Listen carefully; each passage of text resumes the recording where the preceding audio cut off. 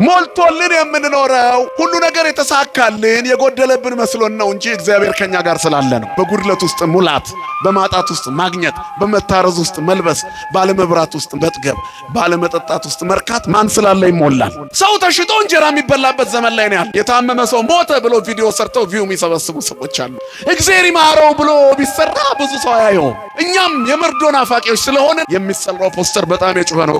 ከሌን ገደለው ተገዳደሉ ሲባል ዘለጥልቅ በምንድነው? በማጭር ነው? በገጀራ ነው? በምንድን የገደለው? አገዳደል እንደ አድቬንቸር ፊልም መጥፎ ለማየት እየተዘጋጀ አቤቱ የሰላም አምላክ እግዚአብሔር ሲባል አሜን ትላለህ። ለምን ውሸት? እስቲ ሞባይልህን ክፈተው።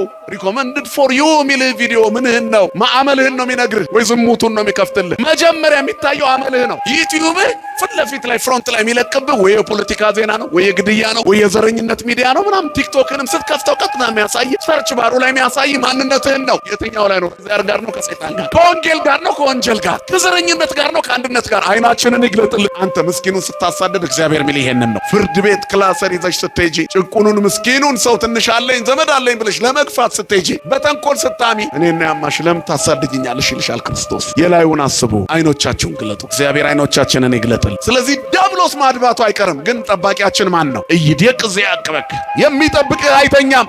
ሰው ለምን የሚደነግጥ ይመስላችኋል? ከእግዚአብሔር ጋር ከኖርን ሐኪም ፊት የሚነገረን መርዶ አያስደነግጠን። ብዙ ሰዎች ጤነኛ ሆነው ኖረው ድንገት በተደረገ ምርመራ ሐኪም አሞሃል፣ ህመሙ ከባድ ነው ብሎ ሲነግራቸው ልክ ላይሆን ይችላል። ሐኪም የዛን ቀን መሞት ይጀምራል እና በሽታው ውስጣቸው ሳይኖር ድንጋጤ ሁሉ በዛው የሚያስቀራቸው ሰዎች አሉ። በምድር ከመታመን እግዚአብሔር ይሰውረ። ይሄ ሁሉ ህይወት እዚህ ላይ እንደሚያከትም ማሰብ ነው ትልቁ ኪሳራ። ህይወታችን በምድር ላይ ያከትማል፣ ከዚህ በኋላ ህይወት የለንም ብለን የምናስብ ከሆነ እውነት ነው። ምድራዊ ሐኪም ያስፈራናል። የጤና ጣቢያው ሪፖርት ያስፈራናል። የደም ምርመራ ውጤታችን ተስፋ ያስቆርጠናል። ምድር ላይ ከሆነ ይሄ ዓለም ለጊዜው የምንቆይበት እንጂ የሚያኖረን ዓለም አይደለም ብለን ካመንን ግን እግዚአብሔር ከኛ ጋር ካለ ማን ያስፈራናል? ንገሩኝ፣ ማን ያስፈራናል? እመኒ ወርኩም አይከለ ጽላሎተ ሞት ይፈርሆ ለእኩ ይስማ አንተ መስለየ። በሞት ጥላ መካከል እንኳን ቢሄድ አንተ ከኔ ጋር ነህና ክፉን አልፈራም አለ መዝሙረኛ። ከኛ በላይ ለኛ ያስባል። በስሙ የታመኑ አይወድቁም። አትጨነቁ ለነገ። አይኖቻችሁን ግለጡ። ቸሩ አምላክ ከአንድ እረኛ ላይ 5 እንጀራና 2 ዓሣ ተቀብሎ 5 ገበያ ሕዝብ ያጠገበ አረ ሕፃናትና ሴቶች ያልተቆጠሩበት 5 ጠቅልሎ ጎራሽ እንደኔና እንደናንተ ያለው ተመጋቢው የተቆጠረለት 5000 ሰው ሌላው ሳይቆጥ ሲተርፍ ደግሞ 12 መሶብ። አስተራፊ አምላክ፣ አትረፍራፊ አምላክ፣ ሰጥቶ የሚያትረፈርፍ አምላክ። የዕለት እንጀራ እኮ ነው የምንጠይቀው አይደል? እሱ አትረፍርፎ ይሰጠናል። ክብርና ምስጋና ለስሙ ይሁን። ሙሴ በላ የሚል የለም ግን ራበው የሚል አልተጻፈም። ከሳም አልተባለም። ጭራሽ ፊቱ እንደ ፀሐይ አበራ። እስራኤላውያን አዩት። ተገልበብለነ ሙሴ ተገልበብለነ። እነሱ በልተው ጠግበው ለጥጃ ይሰግዳሉ። እሱ ግን ከአምላኩ ጋር ሲነጋገር ቆየ። ወደ ቤትህ ግባ። ቤትህ ይሄ ነው የክርስቲያኖች ቤት እንጂ አሁን መንገድ ላይ ያለው የተከራየው የቀበሬ ቤት ወይንም የሰራው በጣ የደረሰ ኮንዶሚኒየም ወይም ጥረግሬ የሰራው ሷር ይሄ ፈራሽ የማይፈርሰው ቤታችን መቅደሳችን ነው። ወደ ቤትህ ግባ። ቁጣውን በዚህ ተሸሽጋ አሳልፈው። ሸለቋችን ይሄ ነው መደበቂያችን። የሚሞላልን እዚህ ቤት ነው። እግዚአብሔር ይሸሽገን ሁላችንን። ክፉ ዘመን ቤት መውጣት የለብንም። ግለጡ አይናችሁን። ከዓለም አንዳች ነገር አታገኙ። ምንም ማን ደስ ብሎት ያውቃል? የዓለም የመጨረሻውን ባለጸጋ ብትጠይቁት ሄዳችሁ ችግር ነው የሚያወራው። ደስ ብሎኛ አቅም ሊላችሁ ይችላል። ወወልድ ወመንፈስ ቅዱስ አሃዱ አምላክ አሜን። ይትባረክ እግዚአብሔር አምላከ አበዊነ ቅዱሳን ለዛብጽሐነ እስከ ዛቲ ሰዓት። ከሁሉ አስቀድሞ ሁላችንንም ለዚህ ሰዓት ያደረሰን የቅዱሳን አባቶቻችን አምላክ የኛም አምላክ ልዑል እግዚአብሔር ስሙ ከሁሉ አስቀድሞ የተመሰገነ ይሁን። ክቡር መምህራችን ልሳነ ጳውሎስ መምህር ምስክር ጌታነህ የዚህ ታላቅ ካቴድራል የስብከተ ወንጌል ኃላፊ፣ ክቡራን መምህራን፣ ካህናት፣ ስዩማን፣ አዕማደ ያለ ቤተክርስቲያን የቤተክርስቲያን ምሰሶች፣ መምህራን ስዩማን የተባላችሁ ሊቃውንት አባቶቻችን፣ የዚህ የታላቁ ደብረ ስብከተ ወንጌል ጸሐፊ መርሃ ግብሩን የምትመራው ትሁቱ ወንድማችን ላይከ ወንጌል ኤልሮኢ፣ ሌሎችም ስማችሁን ያልጠራናችሁ ወንድሞቻችን መምህራን፣ ዲያቆናት፣ ወንድሞች ከሩቅም ከቅርብም ተሰብስባችሁ በዚያ ወደ ምህረት ቅዝቃዜውን ንፋሱን ታግሳችሁ ወንጌል ይበልጣል ብላችሁ ስለ ወንጌል ክብር በእግዚአብሔር ቤት በመቅደሱ የተሰበሰባችሁ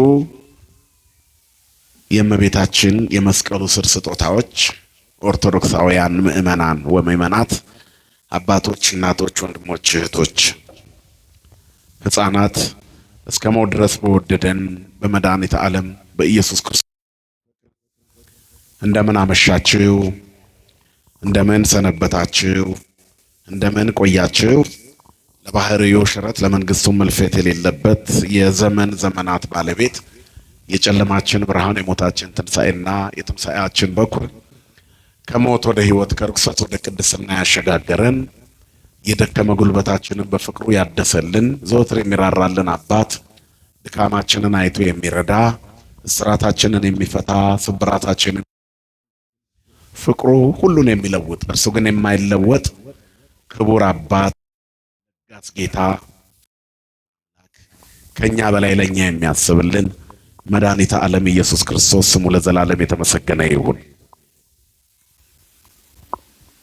ለዓለም ሕዝብ ሁሉ የተስፋ ምንጭና የድህነት ማስገኛ የሆነች እግዚአብሔርን የምናይባት የሕይወት መስታወታችን ስለ አምላክ የምንነጋገርባት የምህረት እናት ንግሥት የፍጥረት ሁሉ እመቤት ቅድስተ ቅዱሳን ንጽሕተ ንጹሐን ሰአሊተ እናታችን ድንግል ማርያም ስለ አማላጅነቷ ስለ እናትነቷ ስሟ ለዘላለም የተመሰገነ ይሁን።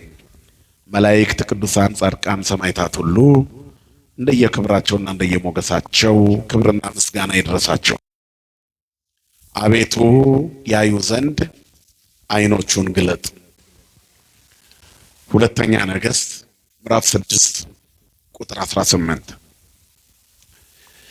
በዚህ ዓለም ላይ ባለው አሁን ወቅታዊ ነባራዊ ሁኔታ መንፈሳዊ ቁመናዎች ሲገመገሙ የሰው ልጆች ወደ ሥጋ ከማተኮራቸው የተነሳ የእግዚአብሔር ምሕረት ርቆ እምነት ድራማ፣ መንፈሳዊ እንቅስቃሴም የሥጋ ስሜት ሆኖ ደግ ደጉን መሆን ካቋረጠ ቆይቷል። ከደግ ሰዎችም አፍ መስማት የሚገባንን ወይንም ክህነት ካላቸውና ከመምህራን አፍ ልንሰማ የሚገባውም ደርቆብናል። በዚህ ዘመን መንፈሳዊያን ሰዎች ማህበራዊ ሚዲያ ላይ ቆመው በስመ ሥላሴ ካማተቡ በኋላ የሰይጣንን ስራ እስከ መጨረሻ ሲሰሩ ውለው ሲሳደቡ፣ ሲራገሙ፣ ክፍፍሎሽና ዘረኝነት ሲናገሩ ውለው መጨረሻ ላይ የሰማኑን በልቦናችን ያሳድርብን ብለው መክደን ከጀመሩ ቆይተዋል። በዚህ ምክንያት እንደ ድፎ ዳቦ የተጠበሰና ያረረ ሰብዕና በዝቷል። ከላይ እሳት ከታች እሳት ነው። እናም እሳቱ ደግሞ በደንብ ኮንትሮል አልተደረገም። ኃጢአት ባለበት ዓለም ውስጥ መነካካት የማይቀር ቢሆንም ድካምን እያሰቡ ማራገፍ ጥሩ ነው። ወፍጮ ቤት የገባ ሰው መቼም እህል ሊያስፈጭ ይግባ እንጂ ሲመለስ እንዳለ ራሱን ሳይጠብቅ ሳይታጠብ ወደ መኝታው አይሄድም። ምክንያቱም ከዛ በፀጉሩና በሰውነቱ የያዘውን ልብስ በልብሱ ላይ የያዘውን ዱቄት ወደ አልጋው ላይ ሊበትነው ነው ማለት ነው። ያለው አማራጭ ማራገፍ ነው። የከሰል ጉድጓድ ውስጥ የገባ ነጭ ለባሽ ሳይነካው ሊወጣ አይችልም በተአምር ካልሆነ በስተቀር አይደለም እንዴ? ስለዚህ በዚህ ዓለም ላይ ስንሆን እንነካካለን። ምክንያቱም ኃጢአተኞች ነን፣ እንበድላለን። ግን አበስኩ ገበርኩ የሚል ሰው ጠፋ ነው የኔ ዋናው መልእክት። አይኖቻችን ተገልጠው የላዩን የሚያስቡበት ልመና ተቋርጧል። ጸሎታችንም ከምድራዊነት አንጻር ነው። ሁሉ የሚናገር ሆኗል፣ ሁሉ የሚጮህ ሆኗል። ሩጫችንም ለሚጠፋ መብል ነው የምንሰራው። የዚህ ሳምንት ወንጌል ላይ እንደውም የሚነግረን ምንድነው የሚለን? ብል ነቀዝ በሚያበላሸው ሌባ በሚሰርቀው መዝገብን ለእናንተ አታከማችሁ፣ ምድራዊ መዝገብን በሰማይ መዝገብን አዘጋጁ። ዝግቡ ለክሙ መዝገበ ዘበሰማያት አበጻጼ እያማስነው ወይ ይረክቦ ሰራቄ ዘበላይሉ ሀልዩ ሀባለው ክርስቶስ። ቅዱስ ያሬድ ከወንጌል አንስቶ በዚህ በቅዱስ ሁለተኛ ሳምንት የነገረን ምክር ይሄ ነው። ብልና ነቀዝ በማያበላሸው ሌባ በማይሰርቀው መዝገብ አስቀምጡ ነው። እንኳን እኛ መዝገብ ልናስቀምጥ እኛም እየተሰረቅን ያለ ነው። በነጠላ የተሸፈነ ጥቀርሻ በውስጣችን አለ። የቁርባን ተቆርቋሪዎች ነን፣ አንቆርብም። የቅዳሴ ተከራካሪዎች ነን፣ እኛ ግን አንቀድስም ወይ አናስቀድስም። የሚያብራራ በስቷል፣ የሚብራራ ህይወት ግን ጠፍቷል። የሚናገር ብዙ ነው፣ የሚተረጉም ግን አንሷል።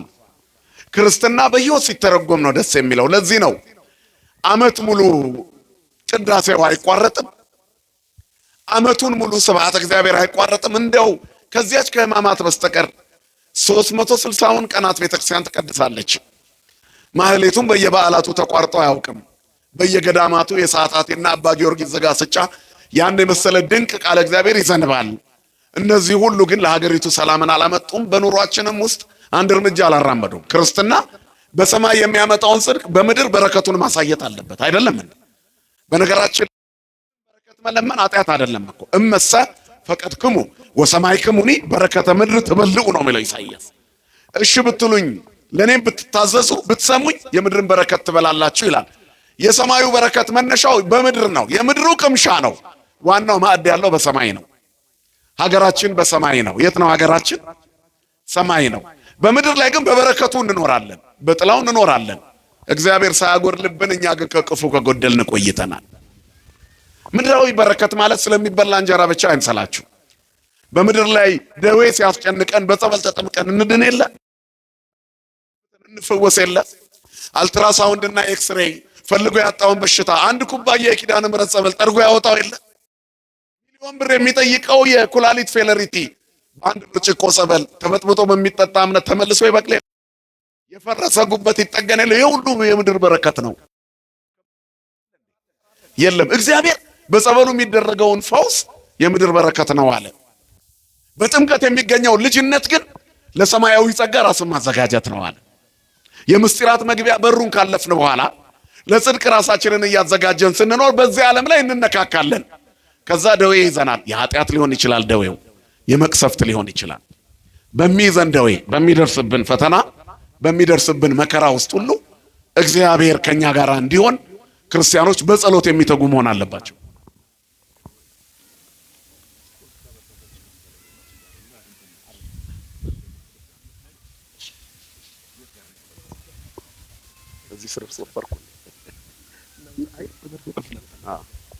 እሺ እግዚአብሔር ከሁላችን ጋር ይሁን።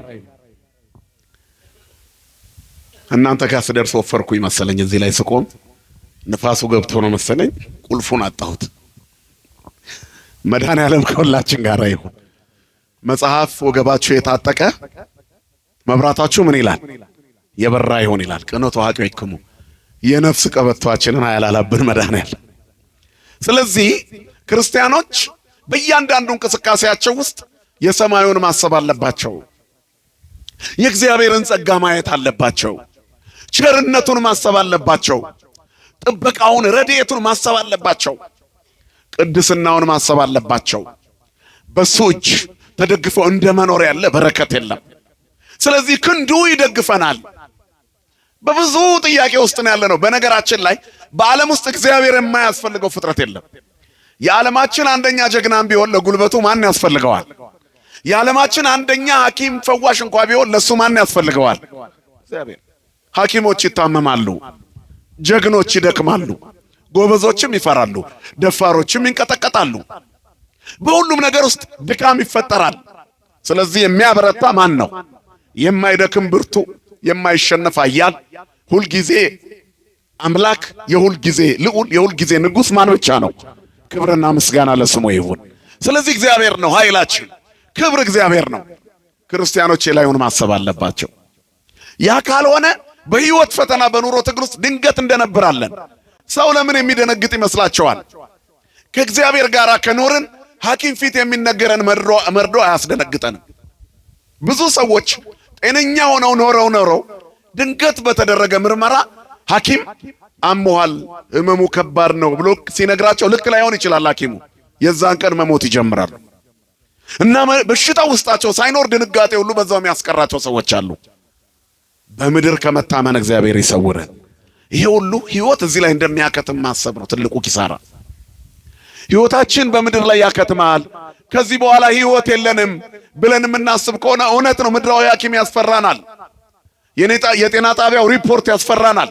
የደም ምርመራ ውጤታችን ተስፋ ያስቆርጠናል። ምድር ላይ ከሆነ ይሄ ዓለም ለጊዜው የምንቆይበት እንጂ የሚያኖረን ዓለም አይደለም ብለን ካመንን ግን እግዚአብሔር ከኛ ጋር ካለ ማን ያስፈራናል? ንገሩኝ፣ ማን ያስፈራናል?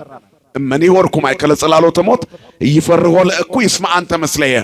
በሞት ጥላ መካከል እንኳን ቢሄድ አንተ ከኔ ጋር ነህና ክፉን አልፈራም አለ መዝሙረኛው። በሞት መካከል ቢሄድ ጉድጓዴ የተማሰ ቢሆን ታሪክ አልቋል እንኳን ቢባል ተሻግሬ ከማን ጋር እኖራለሁ? ካንተ ጋር እኖራለሁ። እመኒ ሀየውነ ለእግዚአብሔር ነሐዩ ወእመኒ ሞትነ ለእግዚአብሔር እንመውት። ብንኖር ለእግዚአብሔር እንኖራለን፣ ብንሞትም ለማን እንሞታለን? ስለዚህ ለኛ ስለ ክርስቶስ ሞትም ሕይወትም ምንድነው? ጥቅም ነው ሐዋርያው እንዳለው። ስለዚህ እመኒ ሀየውነ ወእመኒ ሞትነ ለእግዚአብሔር ነህነ። ስለዚህም አለ ብንኖርም ብንሞትም እኛ የእግዚአብሔር ነን። የመጀመሪያ ፊርማችን ከእግዚአብሔር ጋር ይሁን። የክርስቲያኖች ትልቁ የመጀመሪያው የጋብቻ ውል ከአምላካቸው ከእግዚአብሔር ጋር ነው። እስራኤል ይህንን ውል አድርጎ ነበረ ከአምላኩ ጋር። ትዳር የሚለው ቃል የአንድ ቤት ውስጥ ኑሮ ብቻ አድርጋችሁ የባልና ሚስት አታስቡ። የሰውና የእግዚአብሔር ሕይወት ትስስር ነው። ቃል ኪዳን ነው። በቃል ኪዳን ኤርምያስ 3 ላይ እስራኤልን ፈትቻታለሁ ይላል እግዚአብሔር። ሀገሪቱ ምድሪቱን እኮ ነው። የፍቺውን ደብዳቤ ወሰዱ ፈታኋችሁ ይላል። ምን ማለት ነው? ከኔ ጋር ያላችሁ ቃል ኪዳን ተቀደደ። የመጣችሁበት መንገድ እኔ ያሳየኋችሁ ስላልሆነ የምትሄዱበት የተዛነፈ ስለሆነ መንገዳችሁ አይደለምና ተፋታው፣ ከእናንተ ጋር ተለያየው። ስለ መለያየት ይናገራል። እግዚአብሔር ከኛ ጋር ከተፋታ ከሰርን፣ አምላክ ከተለየሽ ከሰርሽ። ቤተሰቦችህ ይልቀቁ፣ ወንድሞችህ ይካዱ፣ ሚስትህ አላውቅህም ትበልህ፣ ፍቅረኛ መክሳትህን አይታ ማጣትን አይታ ትተውህ። በእነዚህ ነገሮች ሁሉ የማይሸነፍ የማይተው ማን አይተው ነው ወገኖቼ? እግዚአብሔር አይተውን። ሰው እግዚአብሔር ከተወው ከሰረ፣ አምላኩ ከተለየው ከሰረ። ስለዚህ የላዩን ነው ማሰብ፣ የእግዚአብሔርን ነገር ማየት ነው። አይኖቼን አብራልኝ በሉት። መዝሙር 12 ቁጥር 6 ላይ መዝሙረኛው ዳዊት ካንተ እንዳልለይ ምድር ላይ ባሉት ነገሮች አይኖቼ ተተክለው እንዳይቀሩ ለሞት እንዳይተኙ አንቃቸው አብራቸው ይላል። አብረውን ላይ ይንቴ ከመይኑ ማለመዊት አቤቱ ለሞት እንዳይተኙ አይኖቼን አብራ። ለኃጢአት እንዳይተኙ ማለት እንዳያንቀላፉ፣ ሳላምን እንዳላንቀላፋ እኮ ነው። ሳትበድሉ፣ ሳታጠፉ፣ ኃጢአታችሁን ሳታስወግዱ፣ ጸባችሁን ሳታርቁ፣ ንስሐ ሳትገቡ አይምሽባችሁ ነው። ወዘእንበለ ይርብጻይ አቅሩሩ ማተክሙ ያዕቆብም ያለው ይሄንን ነው። ተሙ ወይ ታብሱ፣ ልትቆጡ ትችላላችሁ፣ ስሜት ነው፣ ግን እንዳትበድሉ። በእግዚአብሔር ላይ ያላችሁ ጉዳይ እንኳን አባት በልጁ ልጅ በአባቱ ላይ በፍቅር እንደሚነጫነጭ ይሁን እንጂ የክህደት አይሁን። በደል ስለበዛባችሁ፣ ነገር ስለደቆሳችሁ፣ ችግር አንገታችሁን ስላስደፋ፣ የመኖር ስጋት፣ የፍትህ ማጣት፣ መንገዶች ሁሉ ድፍንፍን ቢሉ እንኳን ምን አርጌ ነው እግዚአብሔር ሆይ ብላችሁ ማይተባት በጥሱ አባቴ አይደለህምን ድረስልኝ ብላችሁ ጭሁበት። ተቆጡ። ልጅ አባቱ ላይ እንደሚቆጣው የአባቱን ልብስ ይዞ ነው የሚቆጣው። ልጅ አባቱ ላይ ተቆጥቶ እናቱ ላይ ተቆጥቶ ኮብልሎ አይወጣም። ምክንያቱም በፍቅር ለማሸነፍ የእናቱን ቀሚስ ይዞ ይነጫነጫል አይደል? ካልቧጨርኩሽ ይላታለች። ይሄን የሚያደርገው እናቱ እንድትጎዳበት አይደለም፣ የሚፈልገው እንድታሟላለት ነው። ክርስቲያንም አምላኩ ላይ የሚያደርገው ቁጣ አምላክነቱን የሚገዳደር አይደለም። በእግዚአብሔር ቸርነት ለመኖር የሚደረግ ጥረት ነው። ቸርነቱን ለማግኘት የሚደረግ ጥረት ነው። ስለዚህ ሩሩሁ አባት፣ ደጉ ጌታ፣ ከኛ በላይ ለኛ የሚያስብልን አምላክ ታማኝ ነው። ፈተና እንኳን ቢደርስብን አዲስ አይደለም። በሰው ሁሉ ከሚሆነው በቀር ገና ምንም ፈተና አልደረሰባችሁም። ከሚቻላችሁ መጠን ይልቅ ትፈተኑ ዘንድ የማይወድ እግዚአብሔር የታመነ ነው ይላል ቆሮንቶስ 10 ላይ። ትታገሱም ዘንድ እንድትችሉ ከፈተናው ጋራ መውጫውን እግዚአብሔር ያዘጋጅላችኋል። ማን ያዘጋጅልናል? መድኃኔዓለም ያዘጋጅልን። ስለዚህ ትታገሱም ዘንድ እንድትችሉ ከፈተናው ጋር መውጫውን እግዚአብሔር ያዘጋጅላችኋል። በሰው ሁሉ ከሚሆነው በቀር ፈተና አልደረሰባችሁም። እናት አባትሽን ቀብረሽ ሊሆን ይችላል። ሌሎችም የቀበሩ አሉ፣ ባንቺ አልተጀመረም። በድንገተኛ አደጋ በአሳዛኝ ሁኔታ የምንወዳቸውን አተን ይሆናል። ንብረታችን ወድሞብን ይሆናል። ቤት ንብረታችን ሁሉ ወድሞብን ወይንም ፈርሶብን ሊሆን ይችላል። ይሄ በእኛ ላይ ብቻ የደረሰ አይደለም፣ ሌላም ሰው ደርሶበት ያውቃል። መከራ አስቸግሮን ይሆናል። ያልተመከረ መከራ ያልደረሰበት የለም። የበቁ አባቶች እንኳን በዚህ ተፈትነዋል። በሰው ሁሉ ከሚሆነው በቀር አልተፈተናችሁም። አዲስ ፈተና አልመጣም። በምድር ላይ አዲስ ፈተና የለም። ስለዚህ ይላል ከሚቻላችሁ መጠን ይልቅ እንድትፈተኑ የማይወድ አምላካችሁ ታማኝ ነው። ላያስችል አይሰጥ ነው መልእክቱ። በአጭር ቃሉ ይሄ ነው። ያስችላል። ስለዚህ ቻሉት፣ ያልፋል። ምክንያቱም ትንንሽ ነገሮች ማጣት ትልቁን ቸርነት እንዳናይ አይናችን እንዳይከርንብን ግለጡት አይናችሁን። አቤቱ ለሞት እንዳይተኙ አይኖቼን አብራቸው። አጣው ብለው እንዳይነጫነጩ፣ ከፍቅርህ እንዳይለዩ፣ ለሆዳቸው ብሎ ማይተባቸውን እንዳይበጥሱ። ራበኝ ብዬ ሆዴን በሆዴ ተደልዬ አንተን እንዳላጣ አይኖቼን አብራ፣ ለሞት እንዳይተኙ፣ ለሲኦል እንዳልዘጋጅ ሕይወቴን ምራ። አቤቱ አይኖቼን ግለጥ፣ ቸርነትህ ይታይ። እኔ ስፈተን ኢዮብም ተፈትኖ ነበር እንድል አይኖቼን ግለጥ። እኔ ሳጣ አባቶቼም አጥተው ነበር፣ ግን አጥተው አልቀሩም። በእግዚአብሔር ታምኖ የመሸበት የለም። እግዚአብሔር ጽልመትን ይጸልም በሃቤከ ወሌሊትን ብሩህ ከመ መዓልት፣ ጨለማ ባንተ ዘንድ ከቶ ሌሊቱ እንደ ቀን ብርሃን ነው የተባለለት ነው። ክብርና ምስጋና ለስሙ ይሁን። ስለዚህ በሩሩ ግድፍ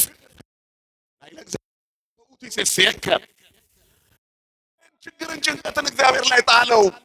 ቸርነቱ ይበልጣል፣ ዓይንህን ግለጥ ነው ትልቁ መልእክት።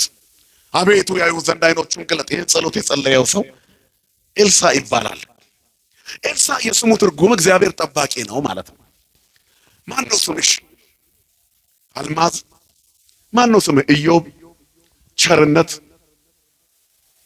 ስምህ ማን ነው? ይገልጣል ማንነትህን። ሰላም ተብለህ ረብሻ ነህ። ኃይለ ማርያም ተብለህ ጸረ ማርያም ነህ። በዚህ ስም የሚጠሩ መናፍቃን አሉ አይደል? ስማቸው ኃይለ ማርያም፣ እነሱ ግን ጸረ ማርያም።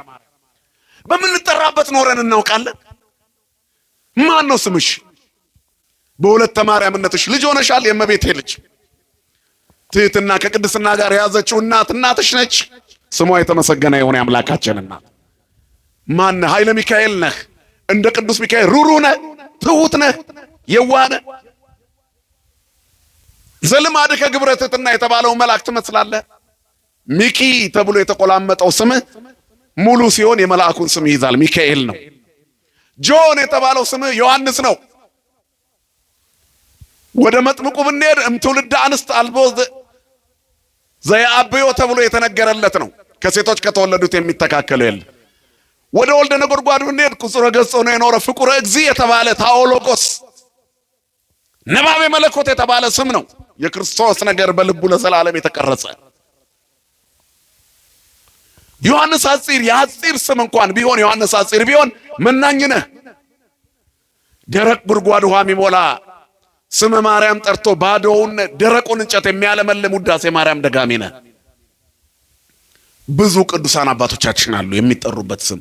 የተጠራንበትን እንድንኖር እግዚአብሔር ይርዳን። ኢዮብ ከሆንክ ትዕግስተኛ ነህ። ስም ማንነትን መግለጽ አለበት። ባህሪንና ግብርን ሁለንተናዊ ገጽታን ያንጸባርቃል። ይሄ ስም ከባድ ነው ወይ ልቀይረው በሉ። የሚነገር ታሪክ አለ አይደል? እስክንድር የሚባል የዓለማችን ታላቁ ሰው በአንድ ትልቅ ውጊያ ላይ የሱ ወገን የሆነ ሰው ሲሸሻየ ይባላል። ከዚያ በኋላ ያዘው። እንዴ ወዴት ትሸሻለህ? ያዘውና አትሸሽ እንጂ ጀግን። ማን ነው ስምህ ለመሆኑ ሲለው እስክንድር ብሎ የሱን ስም ይዟል። ለካ በል ስምህን ቀይር ወይንም እንደኔ ተዋጋ አለው ይባላል። ገብረ እግዚአብሔር ተብለ ገብረ ሰይጣን ከመሆን መድኃኔዓለም ይጠብቅ። ነፍስ የሚያጠፋ ገብረ እግዚአብሔር አይኖር። ነፍስ የሚያድነው ገብረ እግዚአብሔር ነው። የእግዚአብሔር ባሪያ ነው። እግዚአብሔር ገዳይ ነው እንዴ? አይደለም። ሎቱ ስብሐት ክብር ለስሙ ይሁን አምላካችን። የሚያድነውን እግዚአብሔርን ይዘን የሚገድል ሐሳብ ውስጣችን አይስረጽ። አብረ ወላሂ እንተ ከመይኑ ማለመዊት ኤልሳ እግዚአብሔር ጠባቂ ነው ይላል። እግዚአብሔር እረኛ ነው ማለት ነው። ይሄ ነብይ የኤልያስ ደቀ መዝሙር ነበር። ደቀ መዝሙር የሆነበት ዘመን አጭር ይሁን እንጂ የኤልያስ መንፈስ እጥፍ እንዲሆንበት መምህሩን አክብሯል። የቤተ ክርስቲያን ልጅነት በየትኛውም ሰዓት ይገኝ። ለጸኑት ጠዋት ከመጡት ጋር ማታም ይሰጣል። ዛሬ የሚጠመቅ ኦርቶዶክሳዊ ያልሆነ ሰው ቢኖር ዛሬውኑ ተጠምቆ ሥጋው ደሙ ተቀብሎ ዛሬ ቢሞት የት ነው የሚገባው? ነገር የት? ገነት ይቀድመናል። እንዳትቀደሙ። 10 ዓመት ቆማችሁ አስቀድሳችሁ አልቆረባችሁም። መጥቶ በ10 ቀን በ15 ቀን ንስሐ ገብቶ ሥጋው ደሙ ተቀብሎ የሚኖር ስንት አለ መሰላችሁ? አሁን ሥጋው ደሙ ራስን ለእግዚአብሔር በመስጠት ነው። ስለዚህ ዓይን የመግለጥ ነው ክርስትና። ደግ ደግ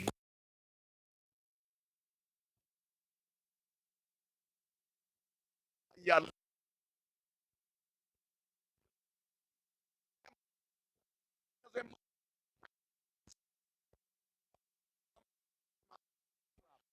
መዝገባችን የሞተልን መድኃኒት ነው። ስሙ የተመሰገነ ይሁን አይደል? ሐመረነ ዘይቀርቦ ሞገድ መዝገብነ ዘይረክቦ ሰራቂ ወያማስኖ ጻጼ ወቁንቁኔ ብሎ አባ ጊዮርጊስ ዘጋስጫ ምንድነው የሚለው? ውእቱ ኢየሱስ ክርስቶስ። ሞገድ የማይቀርበው መርከባችን፣ ሌባ የማይሰርቀው፣ ብልነቀጽ የማያበላሸው መዝገባችን ማን ነው? ክርስቶስ ኢየሱስ ነው። ስሙ ማርያም ያለ የጽድቅ ፀሐይ የንጽህና በደሙ ቤተክርስቲያንን ቀድሶ የሞሸራት ራሷ የሆነ በውስጧ እኛ ልጆቿ ራስ የሆነልን እርሱ ነው። ስሙ የተመሰገነ ይሁን። ታዲያ እናውቀዋለን፣ እርሱ ያውቀናል። ድሃ ብንሆን ያውቀናል። ያስቀመጠውን የማይረሳ እግዚአብሔር ሰገነት ብንቀመጥ ዋሻ ውስጥ ብንወድቅ ያውቀናል። አናብስት ጉድጓድ ውስጥ ብንወድቅ ያውቀናል። የዓሣ ሆድ ውስጥ የወደቀውን ዮናስን አልረሳውም። የአናብስት ጉድጓድ ውስጥ የወደቀውን ዳንኤልን አልረሳውም። እሳት ውስጥ የተወረወሩ 3 ደቂቅን አልረሳም። እግዚአብሔር አይረሳም። ስሙ የተመሰገነ ይሁን። ስለዚህ ዓለም ምንም አጠቅመንም። አይናችሁን ግለጡና መንፈሳዊውን አስቡት። እሱ መንግስቱ ጽድቆ መንግስቱንና ጽድቁን ፈልጉ ቅድሚያ ወስሰ ኩሎ ይትወሰክለክሙ ሌላው ይጨመርላችኋል። የብዙዎቻችን ጸሎት አሁን እዚህ ጋር ምንድነው የምንፈልገው? እስቲ ንገሩኝ። ኪዳነ ምሕረት ምንድነው እየለመናት ያለ ነው? ስራ ያጣን ስራ እንድናገኝ፣ ቤት ያጣን ቤት፣ ኪራያችን፣ እነዚህ ትርፍ ናቸው። እንዴትም ይሁን እንዴት እኛ እንሰጋለን እንጂ ምድር ላይ እንድንመጣ ያደረገን እግዚአብሔር እንድንኖር ይፈቅዳል። እሱ እኛ እግዚአብሔር እጅ በታች ራሳችሁን አዋርዱ። እሱ ከፍ ከኃይለኛው በታች ራሳችሁን አዋርዱ። ቸርነቱን እዩ፣ በረከቱን እዩ። ያኔ እግዚአብሔር ከኛ በላይ ለኛ ያስባል። በየትኛውም ሰዓት እንመጣ ይጠብቀናል። ኤልሳ መጨረሻ ላይ መጥቶ የተቀባ ነብይ ነው። ነብይ እግዚአብሔር ኤልያስ እግዚአብሔር ከፍ ያደርጋል ነው ስሙ። እግዚአብሔር ከፍ ያድርገን ሁላችንን። ብቻዬን ቀርቻለሁ ሲል በል ሂድና ነብዩን ኤልሳዕን ቅባ አለው። ሂድና ቅባው እንዲተካ መጎናጸፊያ ጣለበት ነው የሚለው መጽሐፉ የሚነግረን። አንደኛ ነገሥት 19 ቁጥር 16 ላይ ነው ሂድ ቅባው ተብሎ የተነገረለት። ሄዶ ቀባው።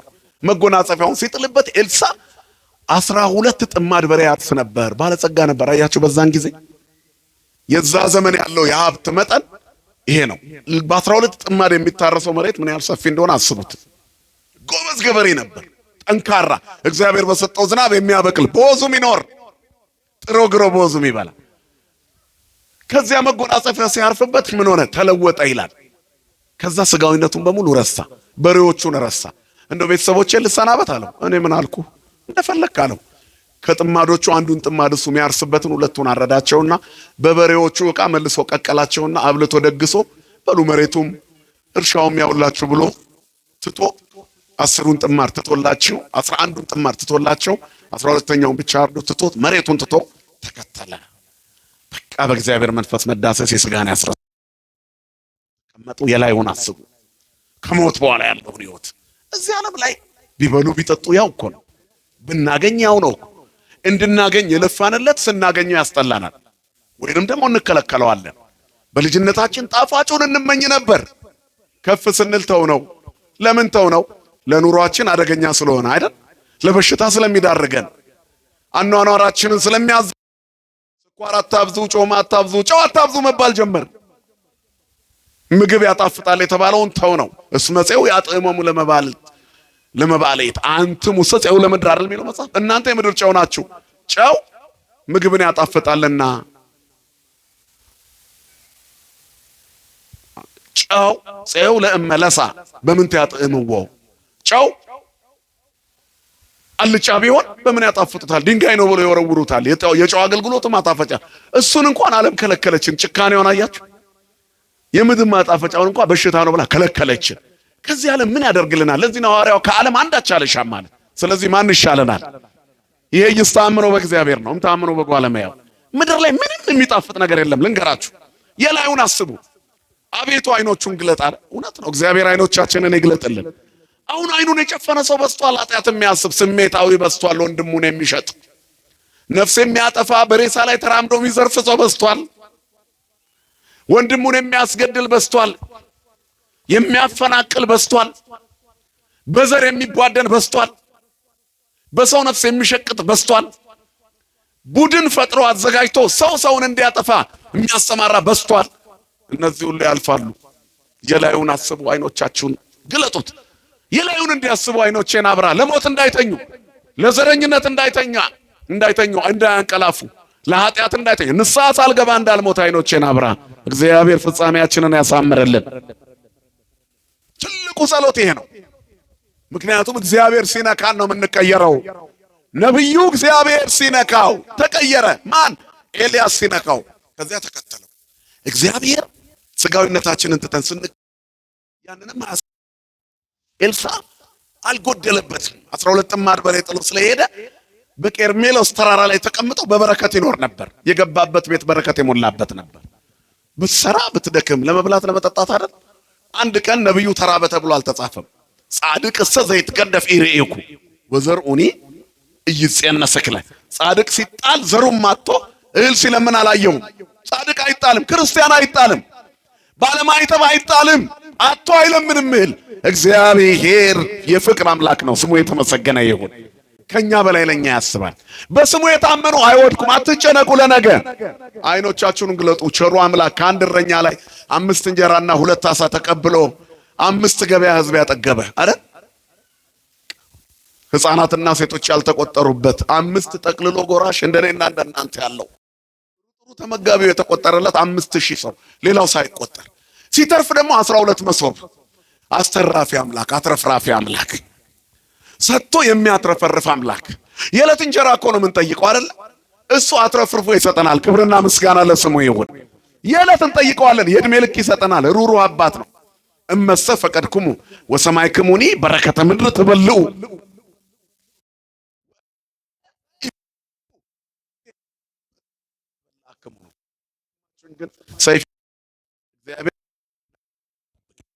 የኃጢአት አካሄዳችን፣ የቡድን አካሄዳችን፣ የጎጥ አካሄዳችን፣ የዘረኝነት አካሄዳችን፣ የጥላቻ አካሄዳችን እና እኛ የተሰለፍንበት ቦታ የኃጢአታችን ብዛት እንደ ፈርዖን ቀይ ባህር እንዳያጣ በዚህ ዘመን መስተካከል አለበት። አይኖቻችንን ያብራልን መድኃኔዓለም። ነብዩ የእግዚአብሔር ሰው ነብይ ከተከተለ በኋላ ኤልያስ ምን ሆነበት ነው የሚለው መጽሐፉ። አለፍ አለፍ አድርጌ ነው የምነግራችሁ። ከዚያ በኋላ ዶታይን በተባለ ስፍራ ላይ ተቀመጠ። ኮረብታማ ስፍራ ይላል ዶታይን፣ ጉብታ፣ ከፍ ያለ ስፍራ የእስራኤል ክፍል ነው። ሸለቆ አለው፣ ለምለም አረንጓዴ መስክ ያማረ አለ። በዚያ አካባቢ ተቀመጠ። ሸለቆው ለምሽግ፣ ኮረብታው ለከፍታ፣ መስኩ ደግሞ የለመለመው መስክ ለመሰማራት። ክርስቲያኖች የእግዚአብሔር በጎች ናቸው። በሕይወታቸው የሚያስፈልጋቸውን ነገር ሁሉ እግዚአብሔር ይሰጣቸዋል። ክርስቶስ ለኛ ሁሉንም ነው። የሰው ልጅ በምድር ላይ ሲኖሩ 3 ነገሮች ያስፈልጋቸዋል አይደል? በቁስ ደረጃ ምግብ፣ ልብስና ንገሩኝ እንጂ መጠለያ። 3ቱንም ክርስቶስ ኢየሱስ ነው፣ ስሙ የተመሰገነ ይሁን። ለዘመጻሐቤ ኢይሰድዶ ወያውጽእ አፋያል፣ ወደ እኔ የሚመጣውን አልገፈትረውም። አይቴ ተሐድር ረቢ፣ የት ነው የምታድረው ሲሉት ኑ ታዩ ዘንድ አለ። ተከተሉት። የሚያድሩበት አጡ ይላል ወንጌል። ንገሩኝ እንጂ እግዚአብሔርን የያዘ መጠለያ ያጣም። እግዚአብሔር መጠለያ ምሽጋችን ነው። ዶታይን ያንን ሁሉ ይዛለች። የእግዚአብሔር ሰው የተቀመጠው እዚያ ነው። ትልቁ ቤታችን ማደሪያችን ክርስቶስን ስናገኘው ቤተ ክርስቲያን ናት። ቤተ ክርስቲያን ማለት የክርስቲያኖች ንገሩኝ ቤት ማለት ነው። ቤት ማለት ቤተ አደረ ነው፣ ማደሪያ። ልብሳችን ማን ነው? ራሱ ክርስቶስ ነው። ምግባችን እርሱ ነው። ስለ ምግብ አነ ውእቱ ምስተ ሕይወት ዘወረደም ሰማያት፣ ከሰማያት የወረደ የሕይወት እንጀራ እኔ ነኝ። ዘበላ ሥጋዬ ወሰቴ ደሜ በሕይወት ዘላለም። ሥጋዬን የበላ አለ ደሜን የጠጣ ወሰቴ ደሜ በሕይወት ዘላለም፣ ደሜንም የጠጣ የዘላለም ሕይወት አለው። መብልና መጠጣችን ክርስቶስ ነው፣ ስሙ የተመሰገነ ይሁን። ስለ ልብስስ ልበስዎ ለእግዚእነ ኢየሱስ ክርስቶስ ወኢትሐልዩ ፍትወተ ሥጋክሙ፣ ጌታ ኢየሱስ ክርስቶስን ልበሱት እንጂ ምኞቱ እንዲፈጸም ለሥጋ አታድሉ። ክርስቶስን ልበሱት። ልብሳችን ነው። በረደን ብለን የማንደርብበት ልብሳችን፣ ልክ የሆነ የክት ልብሳችን ክርስቶስ የድንግል ልጅ መድኃኔዓለም። ወበቀን ብለን የማናወልቀው ልብሳችን የክት ልብስ ክርስቶስ፣ በሙቀት ጊዜ የማይወብቅ በብርድ ጊዜ የማይቀሰቅስ፣ ምንም ተጨማሪ ማያስፈልገን፣ ስጋውን የበላ ደሙን የጠጣ የእግዚአብሔርን መንግስት ይወርሳል። ልብስ ማለት ስጋው ደሙ ነው። በቤተ ክርስቲያናችን ቅዱስ ጳውሎስ የተጠመቃችሁ ሁሉ ክርስቶስን ለብሳችኋል፣ ቆርባችኋል። ስንበላው ስጋውን ስንበላ ደሙን ስንጠጣ ሁሉ ነገር ይፈጸማል። ስለምትበሉት፣ ስለምትለብሱት፣ ስለምታድሩበት አታስቡ፣ ሁሉንም የሰማያዊ አባታችሁ ይሰጣችኋል። እግዚአብሔር ይስጠን የቸገረንን ሁሉ። እኛ ግን እንጨነቃለን፣ የቤት ኪራይ እንዴት እንደምንከፍል እንደምንኖር፣ የጭንቀታችን ብዛትም የምንከፍለውን ያሳጣናል። በፍጹም ልባችን በእግዚአብሔር ከታመንን የከፈተውን ጉሮሮ ሳይዘጋ ያድር። ለቀበሮች ጉድጓድ ለሰማይ ወፎችም ጎጆ አላቸው ያለ ጌታ እኛንስ የሚያሳርፍበት ቦታ ያጣል? ንገሩኝ እስኪ። ስለዚህ ከኃይለኛው ከእግዚአብሔር እጅ በታች ራሳችሁን አዋርዱ። እረኛችን እሱ ነው። እረኛዬ ነው እግዚአብሔር፣ በለመለመ መስክ ያሳድረኛል። አያችሁ፣ የለመለመች መስክ ተዋህዶ ቤተክርስቲያናችን ናት። በጎቹ ነን። እረኛ ሆኖ ያሰማራናል። የለመለመ መስክ የሕይወት እንጀራ እየመገበ እንደገና ደግሞ የሕይወቱ እንጀራ ምግቡ ራሱ በግ ነው። በግ ሆኖ ይበላል፣ እረኛ ሆኖ ይጠብቃል። ማን ነው ይሄ? ክርስቶስ ነው። ስሙ የተመሰገነ ይሁን። የአዲስ ኪዳን ዶታይን ይህች ናት ተዋህዶ። እንደነ ነብዩ ኤልሳ ያሉ በርካታ የአዲስ ኪዳን ቅዱሳን የተገኙባት፣ ያደሩባት፣ ያረፉባት፣ የኖሩባት፣ ወደ እግዚአብሔር በዚህ በኩል የሄዱባት፣ በመቅደሱ ውስጥ አልፈን ነው ወደ ሰማይ የምንገባው። የምንቀበለው ሥጋው ደግሞ ያሸተትነው ዕጣን የተመገብነው ሰማያዊ መና ሰማይ ያሳልፈናል፣ ምድር አያስቀረንም። ዘበላይሉ ሀልዩ ሀባ አለው ክርስቶስ። ወደ ሰማይ ወዳለው ወደ ክርስቶስ አስቡ ይላል፣ ወደዛ ያሳስበናል። ስለዚህ ክርስቲያኖች ክርስትና የቃል አቀማመጥ አይደለም፣ የተግባር ክንዋኔ ነው። ወደ ተግባራዊ ስርዓተ አምልኮ ግቡ። የላዩን አስቡ። አይኖቻችሁ እንዲገለጥ ለምኑት እግዚአብሔርን። የምድሩን እያሰብኩኝ ለሰማያዊ አላወቅኩትም። መንገድ ላይ ከዚህ ስንወጣ ምን እንደሚቀጥመን እናውቃለን። ስለዚህ ዛሬ እንወስን። የተወደደ ሰዓት አሁን የመዳን ቀን ዛሬ ነው። ይህን ካልተረዳን አይሆንም። በዚያ ሰፈረ የእግዚአብሔር ነቢይ በዶታይን ተቀምጦ እያለ እስራኤልን የሚያጠቃ የሶርያ ንጉሥ ተነሳ። ወታደር እየላከ በደፈጣ ያጠቃ ነበረ ይላል። ደፈጣ ማለት እያደቡ ማጥቃት ነው። ባላጋራችሁ ዲያብሎስ የሚውጠውን ፈልጎ እንደሚያገሳ አንበሳ ይዞራል። ስለዚህ ምን ይላል? በመጠን ኑሩ፣ ንቁ። እግዚአብሔር ያንቃን ሁላችንን። ንቁበት። እዚህ ዓለም ላይ ብንበላም ያውነን ባንበላም ያውነን። ስለዚህ ማን ይበልጣል ከኛ ጋር? እግዚአብሔር ይበልጣል በሉ። ቅድሚያ ለእግዚአብሔር። ከኃይለኛው ከእግዚአብሔር እጅ በታች ራሳችሁን አዋርዱ። እርሱ ስለ እናንተ ያስባል። የሚያስጨንቃችሁን ጣሉት። ጠላት ግን ምን አድርጓል? አድብቷል።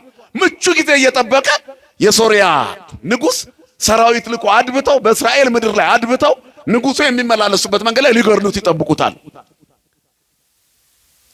በሰማሪያ ባለው ቤተ መንግስት ሶርያውያን ያደቡበትን ጫካ በዶታይን ሸለቆ ውስጥ በታላቁ ጉብታ ባለው ስፍራ ተቀምጦ ኤልሳ ያይ ነበር። ታሪካዊ ቦታ ላይ ያቺ የዶታይን ሸለቆ አብድዩ የተባለ እግዚአብሔር ነብይ በነብዩ ኤልያስ ጊዜ አካብ ነቢያትን ስታስገድል ደብቆ 150 የእግዚአብሔር ሰዎችን ነቢያትን የእግዚአብሔር ነቢያት የደበቀባት ስፍራ ናት። ዶታይን ምሽግ ናት። የአዲስ ኪዳኗ ዶታይን ደግሞ ከኃጢአት የምንሸሸግባት ቤተ መቅደሳችን ናት። ክብርና ምስጋና ለአምላካችን ይሁን። ሕዝቤ ሆይና ወደ ቤትህ ግባ፣ ደጅህንም በኋላ ዝጋ፣ ቁጣ እስኪያልፍ ድረስ ጥቂት ጊዜ ተሸሸግ። ወደ ቤትህ የተባለ ወደዚህ ቤት ነው።